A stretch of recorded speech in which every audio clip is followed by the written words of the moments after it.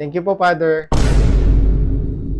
Ay, Father, ba't parang sa akin wala naman kayo nilagay? Wala akong nakakapa. Hindi na kasi tatalab sa'yo to eh. Kaya, sayang lang. Wala, di pa nga natatry eh. Nasaan yung tubo ko? Nasaan yung tubo? Ay, Father, ba't naman po sa akin ganito? Pa-hard? Kasi marupok ka. Tulad ka mga kabataan ngayon, mga marurupok. Wala ka pala mukha mo. Good morning lang sa'yo na, in love ka na. Titiwalag na ako ha, ayoko na talaga. Ay, Father, bakit naman parang ala ka naman sa akin? Parang avatar naman ako na. Mas malaki yung krus, mas makasalanan. Alam naman namin na chismosa ka eh.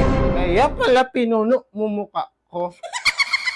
Ay, parang nandidilim yung paningin ko ah. Wait lang. Parang nandidilim yung paningin ko eh. Napakasinungaling mo kasi.